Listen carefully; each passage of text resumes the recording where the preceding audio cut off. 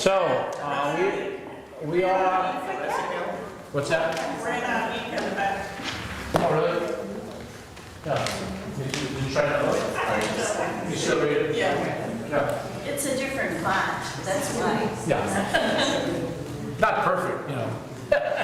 No, sorry. So again, a refresher, this is an outreach Bible class. We are on lesson 4 or 5. And this is about outreach, which does tie into the outreach training. It's lesson 5 that we have coming up here next Friday. So we've got a great sign up for that. Thank you all that have signed up, and it's not too late. We still have room, Russ? We still, yeah, and encourage anybody who's on the fence to take the dive. Tickets are getting more expensive though, so you better jump in. So we're going to go through questions 4, 5, and 6 on lesson 5, and just kind of as a prelude to this, these questions aren't necessarily easy. So as you look at the question and think about it and don't have an immediate answer, you're not alone. And I find it that way. Maybe you find it easy. Yeah. But we're talking about outreach here, and in question 4, it'll be on the top of your page. How did God intend the Israelites to do mission work as they carefully followed His laws? Remembering all the laws in the Old Testament that were followed, sacrificial laws, lots of laws to follow. So we have on the back of your page then Deuteronomy 4, 6 through 8. I have a volunteer to read that. Linda? Observe them carefully, for this will show you your wisdom and understanding to the nations, who will hear about all of these decrees and say, surely this great nation is a wise and understanding people. What other nation is so great as to have their gods near them the way the Lord our God is near us whenever we pray to Him? And what other nation is so great as to have such righteous decrees and laws as this body of laws I am setting before you today? Okay. Focus on the laws. So what do you think was the purpose, God's purpose of having laws in the Old Testament? Why did God create laws for believers in the Old Testament to follow? What was the reason? I told you these questions aren't easy. To show others how to walk the talk. To show others how to walk the talk. Sure, that's really, really good. Anything else? That's great. We've used it as a curb. To use as a curb. Okay, so if you're a non-believer, how did it act as a curb? If That's a good answer. the curb is the stop, you better, You better be inside the curb, huh? right? Yeah, absolutely, sure. Okay, anything else, Jared? I think it also shows the people around the Israelites that there's a purpose to what they're doing. This isn't just something that's off the wall. This is all Israelites were doing this, so There's a reason behind it. There's a purpose. that they're doing. I always called them the guardrails or the God rails because, like, there's so much so big and you're traveling down a road, you want to know how to keep on that road and not fall off. And so they're actually guardrails to help you stay. So they help. Yeah, they kind of do the same thing at the same time. Help, and it's a problem if you go over them, Right. because you crash. You can go down there. Yes. It's kind of like the evangelism that we do by just our lifestyle of who we are, how we present ourselves in public, whatever. Sure. Helps us live our life, in a good way. Well, no, I mean, as far as Maybe I didn't hear you. evangelism work, Say it again, brother. because of who we are and how we order our lives. Okay. Others around us see that. Sure. And that is a evangelism It's statement. an evangelism state, absolutely, right. Yeah. Becomes a magnet to Russ. I wonder if by God commanding all those laws and then the people obeying them, that was more an expression of love for God. That's great. Expression of love. Yeah, why are you doing this? Because we love God. Yeah. And what else? You think you got every one plus a whole bunch of others that I didn't have, but anything else that you think that the laws showed both the believers and the non-believers? So if you didn't follow the laws, what were you reminded of? Get in trouble. You're in trouble. We're not perfect. Yeah. And what three-letter word is that called? Sin. Sin. Reminds us of our sin. So, and again, the laws went away because of, is this a refresher? Jesus. Well, that's why we don't do them today like that. Jesus took those away, paid our price for them. Okay? So what would, and we touched on this a little bit, some of you did, what would observers see when they saw the Israelites follow these laws? Some of you get this already. What would the Israelites see? You're a non-believer. You're watching these people do what they're doing. What are they seeing?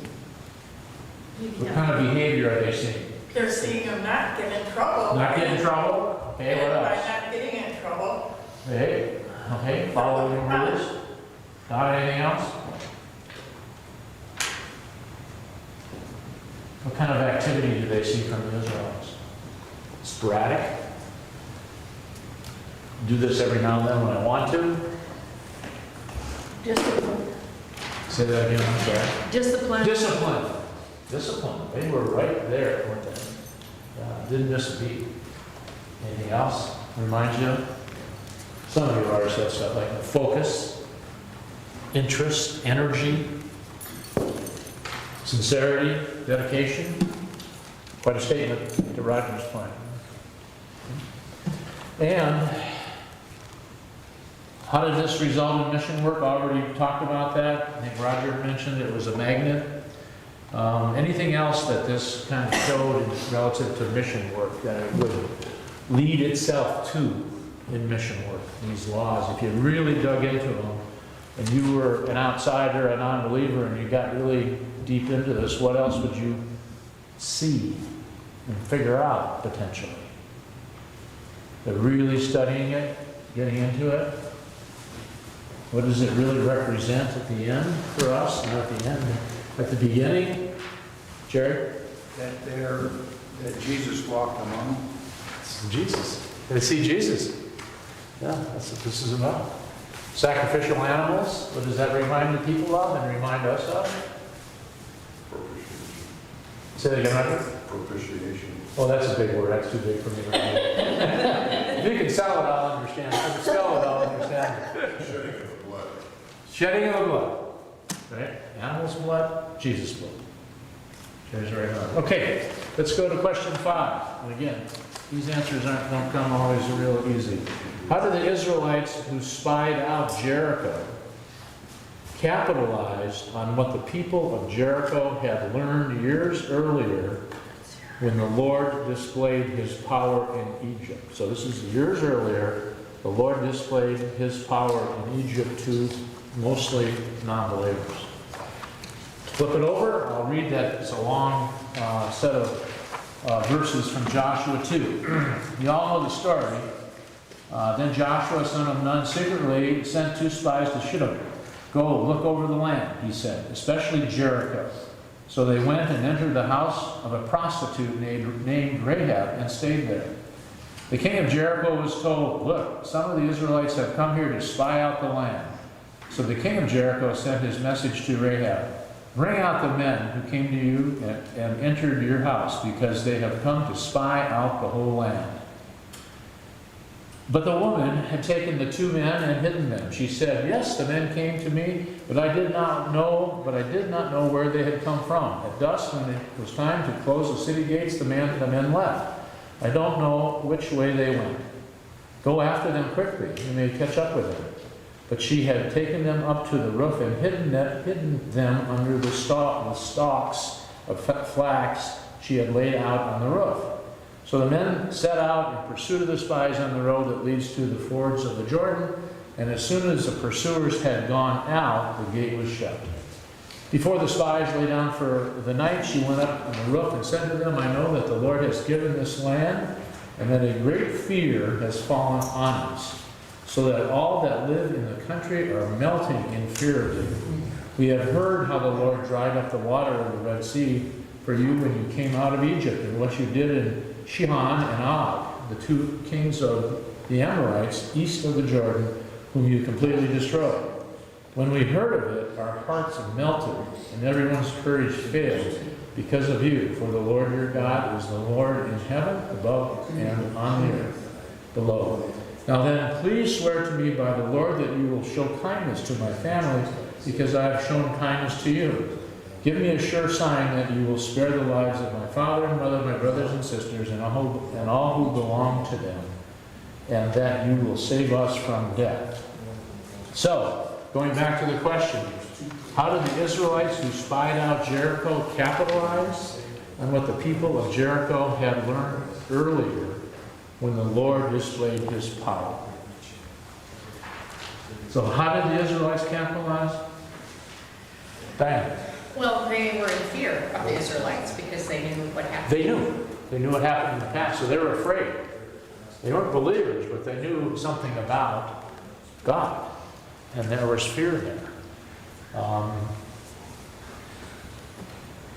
So, what does this teach us about spreading the word?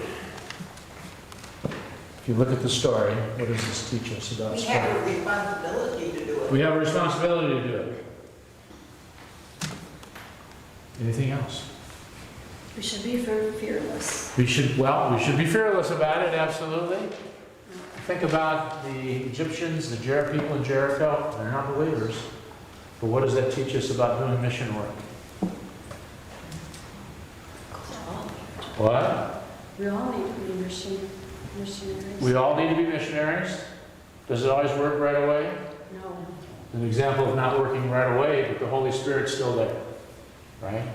He's planted seeds, and we talked Power about of God. What's that? Power of God. Power of God. Leading them into Right. that situation. Right. And the power of God is what caused fright unknowingly, the power of God to them, of what was accomplished in Egypt and those locations, and they were Huge. Yeah. So basically, the Israelites had a reputation of being some kind of superpower, Right. but it wasn't their power; it was the power The of power of God. God. Yeah. Okay. Anything else that comes to your mind about what's going on here? Israelites spreading the word in a foreign country. Do we always find people that we like when we want to talk to them about Jesus? Never. Never. Well, never might be a stretch. Just a lot of times. Then how does God want us to react to that? I'm as guilty as anybody of this. When I see somebody that I don't think... Kindness and respect. Yes, respect for them, and what do? We walk away and say, boy, it is not for me. No, you walk away praying, that's right. You walk away praying, but when do you walk away? Yeah. Speak true, speak the truth. Don't Speak be the afraid to truth. Speak the truth.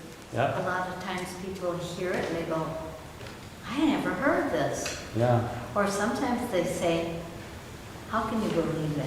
yeah, But Persistence. don't fear because right. God will take over. God's there. So those golfers in the room, again, they're going to answer this question real quickly. So if you're a golfer and you're standing over your ball, Jerry, with a 9-iron and about 120 yards left to the green, do you say to yourself, I'm going to screw this shot up so bad. This is just never going to work. This is my least favorite shot. You've been watching. That's me. As opposed to saying what, Jerry? I can do this. I can do this. With God's help. I got this covered. That's us as we meet people, whether we like them or don't like them. God's with us. He's going to give us that strength to do it. Janie and then Victor. I had an experience the other day at Walmart. My daughter says, Mom, you shouldn't do that. There was, the women that wear all the headdress? Muslims? Yeah, okay. I started a conversation, and I told her I apologize for what's going on in their countries. And we ended up hugging each other there in Walmart. Good for you. She helped to put my groceries up on the Well, that was thing. nice. And my daughter, you shouldn't do that, Mom. I says, God's right there with me. Right. That's right. Right. And I That's just felt what so God wants us to do. And I said in front of her, I says, come on, people, take a picture of this. Yeah, sure. Make people feel good. That's good. Okay, so we take away there several of them, but one of them is to have confidence. Let's go to number 6 then. What opportunity did God give Naomi, the mother-in-law of Ruth, to do mission work. Ruth 1, 6 through 18. I did not type that out, but I have kind of a summary of that. Again, a very familiar story to all of you. So flip to the back of the Bible verses there. Naomi's husband and 2 sons died. She and her 2 daughters-in-law left their home to go back to Judah, which is the prior home of Naomi. Naomi insisted that her daughters-in-law go back to their mother's homes in a different direction, different country. Orpah went back to her mother's home. So one of the 2 did, the daughters-in-law. Ruth stayed with Naomi and said, "Your people will be my people, and your God, my God." So the question there in 6 is, what opportunity did God give Naomi to do mission work? What were the opportunities there for Naomi? Let's put ourselves in her position. Really hard to do this because there's probably, I'm sorry, got the answer. Well, she was in a foreign country and her sons married foreign women, so she had the opportunity to witness to them. Yep. She had the opportunity to witness to them, which is just what we talked about a little bit earlier. She was around people that weren't hers. She wasn't used to those. Well, she was their mother-in-law. Right. Well, yeah. So there's an opportunity right there. And what do we do with that witnessing? Sometimes when we think about getting in front of a bunch of people and telling them about Jesus, one-on-one can work. One-on-one can work really, really well. Sue, any question? I was scratching my head. Oh, good answer. Let's put ourselves in Naomi's shoes. None of us, I don't think, here can do that. Can't do it. Think of the grief. You know, and at that time, dependent on men, her husband passed away. Talk right there. Then 2 sons. No men in her life to help her, support her. So what opportunity does that give someone to do outreach? To turn a corner. Turn a corner. Right. Sue's face. Yep. And the corner that Sue's talking about is to show others our faith. God. God and our faith. Yeah. Faith. It's a tough time, you can imagine. All of us probably have experienced some grief in this room.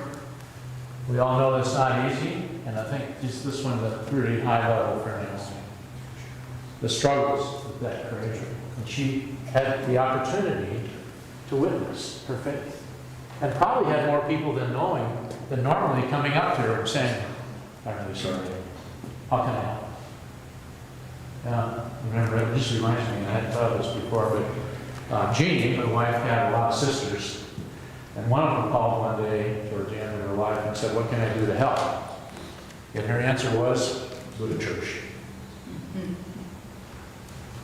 Good answer. Yep. Anything else here that we can kind of learn from Naomi? What other opportunities do you think or thoughts do you have? I Vicki? think that God puts people in your path sometimes also. And at the Fall Festival yesterday, Jerry and his wife were there, and there was this girl and these young kids were going up to her. And I had known her because she lost her husband, and she was on a street that was really always at the bars till close and things like that. I can relate to that. And everybody's going, "Oh, there's my Sunday school teacher over there to this girl."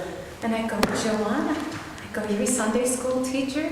And she goes, "Yes, Vicki." She said, "I started reading your social media page." And she said, "I started going back to my church." Wow. And I'm a Sunday school teacher. So we have all this, I mean, it's unbelievable. It's a great and I'm story. just under, and Yep.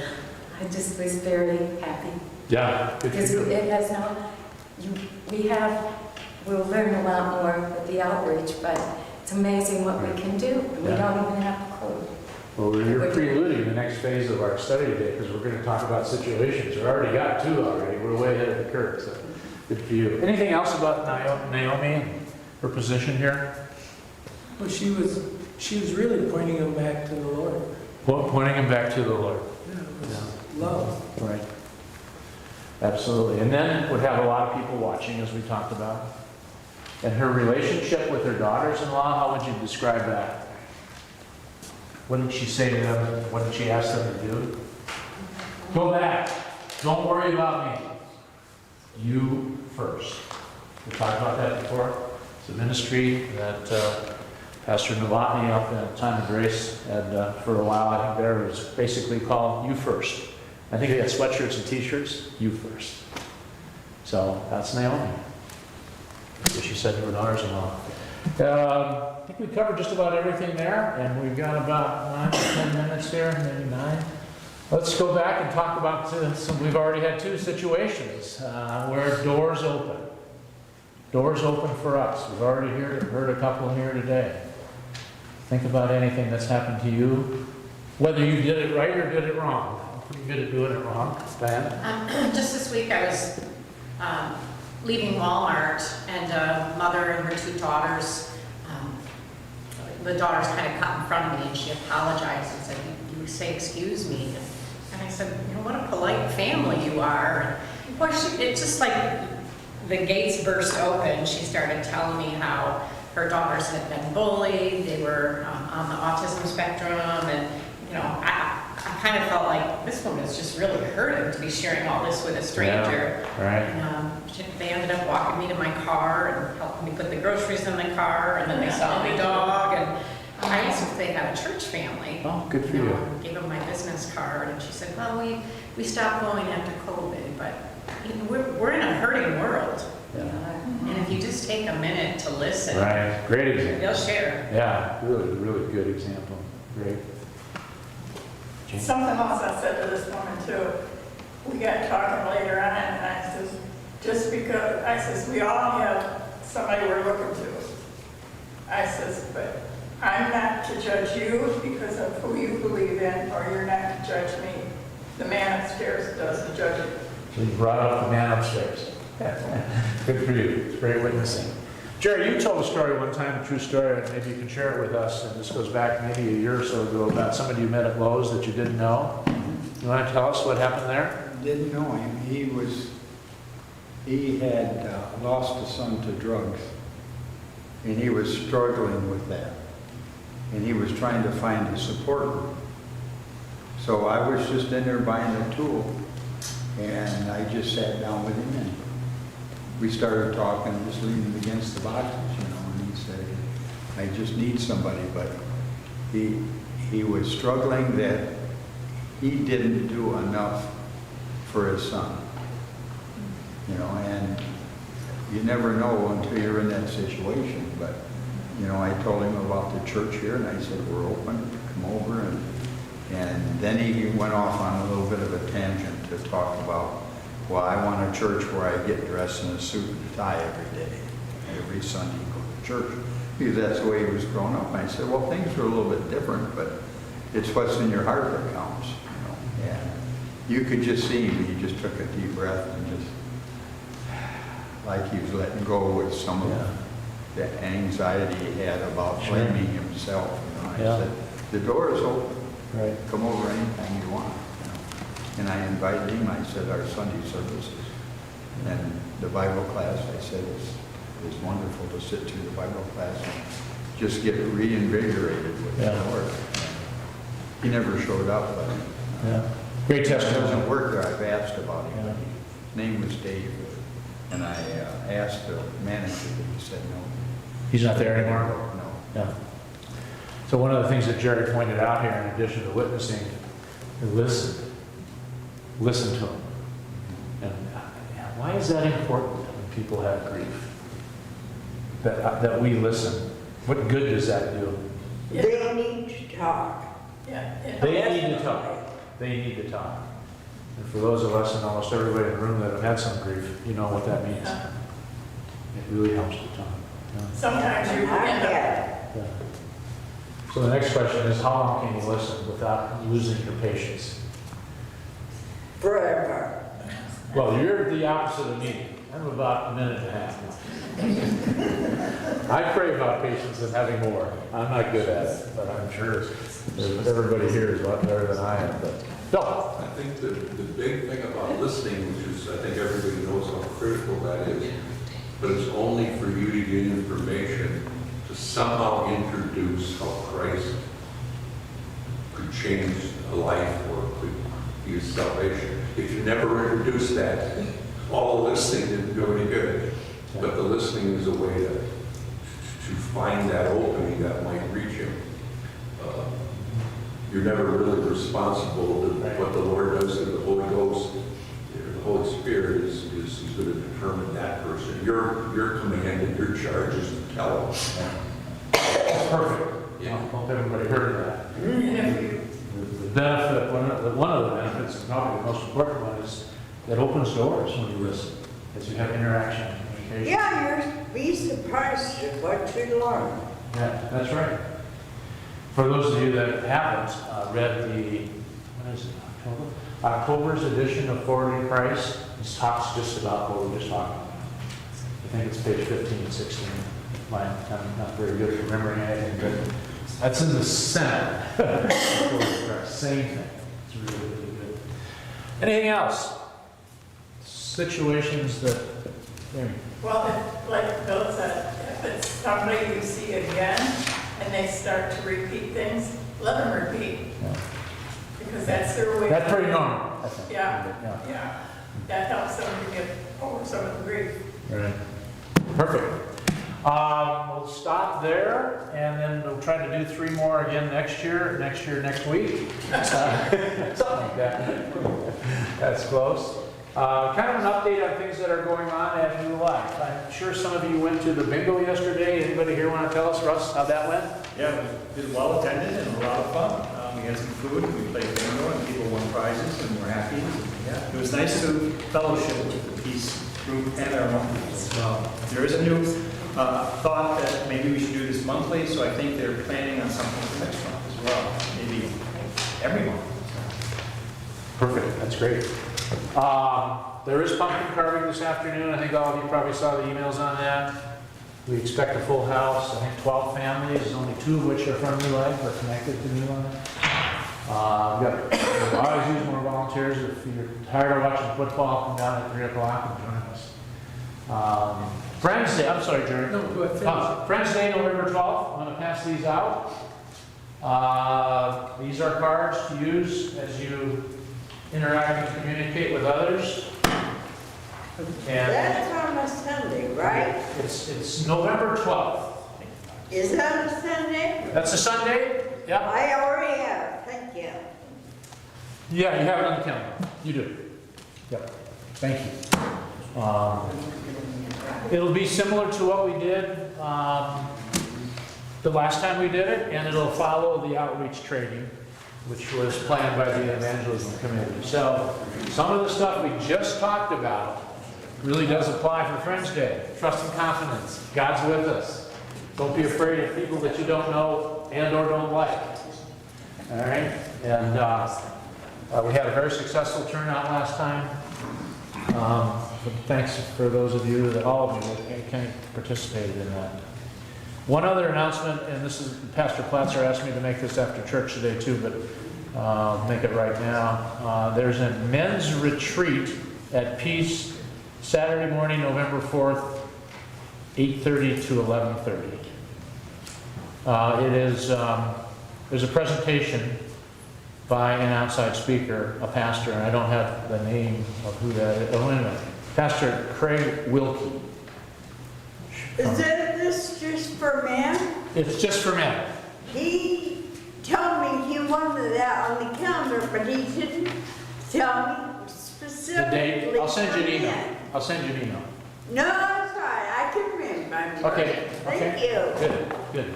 There'll be a sign-up sheet, and I'm going to put it on the bulletin board by the coffee right now because we don't have a sign-up table out right now because of the pumpkin thing. Oh, true. Anything else to announce? Oh, I'm sorry, Jerry. Melody and I saw Pastor Hankel and Liz this past Oh, did week, you? Yeah. and they said to say hi to everyone. And the pastor really likes it out there. Does he? Yes. Very Liz glad. has been introduced to about 4 or 5 different scorpions. And she's That's reality out had there. an opportunity to step on. Yeah, Yeah. that's neat. Yeah, they're in Glendale, right? Peoria. Peoria. Yeah. They are way out. Yeah, that's a real ways away from here. In Illinois. Arizona. AKA Sunset. There's a family member out there, is it Liz's? Liz's daughter Daughter? and son-in-law, he took a job out there. Okay. Not that far. And their daughter, or Liz's daughter lives in Glendale. Yeah, that's right. Roger works in Scottsdale. Yeah, good, thank you, But Jerry. they like it. Yeah. Her There's a lot of Wells churches out there if you've ever been to Phoenix. Pastor's been to, he said he's been to 5 different churches. And not one of those churches has a pastor. They're being served by Really? He said they're being served by guys 14, 15 years younger than him who are retired. And out of those 5, he only saw, one of the pastors he saw twice. Wow. So we're not alone. It's a We're not alone. tough situation. Yeah. Any other announcements? If not, let's close with prayer.